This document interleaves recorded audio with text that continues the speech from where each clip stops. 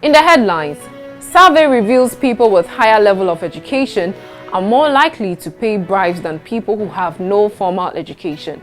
Revenue targets for E-levy revised from 6.96 billion Ghana cedis to 611 million Ghana cedis. Parliament approves loan for construction of Suame interchange. SNNIT saves over 312 million Ghana cedis by deactivating pensioners for renewal. Public urge to support ex-convicts to reintegrate into society. And ECG to audit all electricity meters. Welcome to Graphic Online's News in Brief. We start with corruption issues, where a Ghana Integrity of Public Services survey report has revealed that people with higher level of education are more likely to pay bribes than people who have no formal education. According to the study, which sampled 15,000 respondents in urban and rural areas in Ghana, 40.6% of people with tertiary education were the highest most likely to pay bribes, followed by people with post-secondary and non-tertiary education, secondary education, primary education, and then those with no formal education in that order. The Commission on Human Rights and Administrative Justice, in collaboration with the Ghana Statistical Service, commissioned the study with support from the United Nations Office on Drugs and Crime. And still on the mid-year budget review, it has been revealed that revenue collected from the electronic transaction levy in the first 2 months into the implementation of the tax, that is May and June, was 93.7 million Ghana cedis. The amount was about 93.59% lower than the budget of 1.46 billion Ghana cedis. Due to this, the government has revised the revenue target for the levy from 6.96 billion Ghana cedis to 611 million Ghana cedis, according to the mid-year fiscal policy review released on July 27.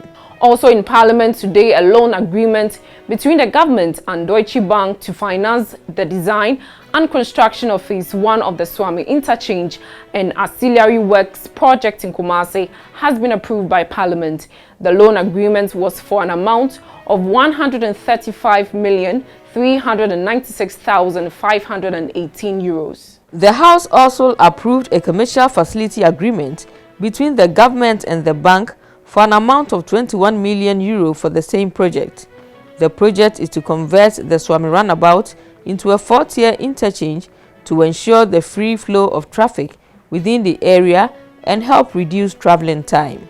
The Social Security and National Insurance Trust has been able to save 312.27 million Ghana cedis as a result of the deactivation of 21,337 pensioners for the non-renewable of pensioners certificate from April 2018 to June 2022, the Director General of the SNNIT, Dr. John Ofori-Tenkran, has said. Dr. Ofori-Tenkran made this known when he and other management members of the trust appeared before the Public Accounts Committee of Parliament today. He explained that the amount was money not paid to pensioners who failed to renew their pension certificates within the period, as they were presumed not to be alive. He responded to the Auditor General's report on various infractions flagged against the trust between 2017 and 2019. And at a graduation and commissioning ceremony of 192 career officers of the Ghana Prison Service in Accra today, President Akufo-Addo urged the public to be prepared and take responsibility to welcome and work with ex-convicts so they do not become repeat offenders. President Akufo-Addo said although it was the duty of the Ghana Prison Service to work to reform and rehabilitate inmates into the community, such efforts would not succeed if the larger society continued to stigmatize and refuse to integrate ex-convicts. Before we go, the Electricity Company of Ghana will from August 1 embark on an exercise to audit all electricity meters as part of efforts to clamp down on the power theft and help the company recover losses in the system. A task force has subsequently been set up to arrest and prosecute persons who are caught engaging in any form of illegality. The Managing Director of ECG, Samuel Dubik Mahama, who made this known at a press briefing today, said the exercise follows the end of a 1-month moratorium given to consumers to voluntarily report all faulty meters, illegal connections, and other challenges for redress. He said those who fail to report their issues will be affected by the exercise. Every single thing that they are doing, we know. From the contractors helping them to bypass the power in their home, and each and every Ghanaian deciding to become an independent power producer and not paying power just because they would not allow me access into their homes. I want to say this categorically.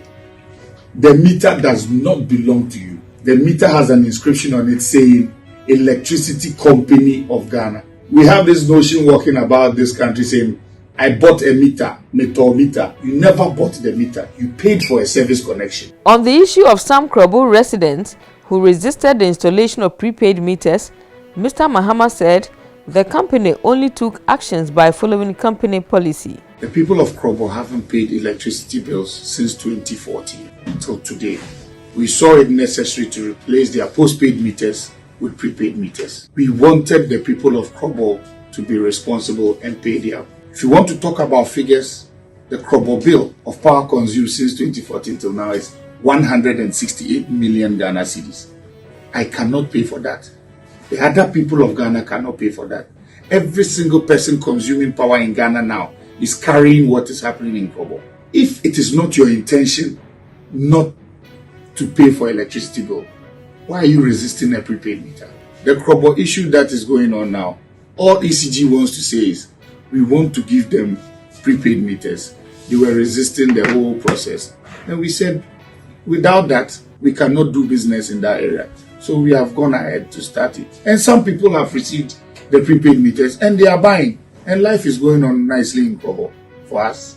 Graphic Online's News in Brief is brought to you by Graphic News Plus. Download your Graphic News Plus now and choose your preferred package daily, weekly, monthly, and annually, and access free news on various interest areas as well. Graphic News Plus, connecting people through news.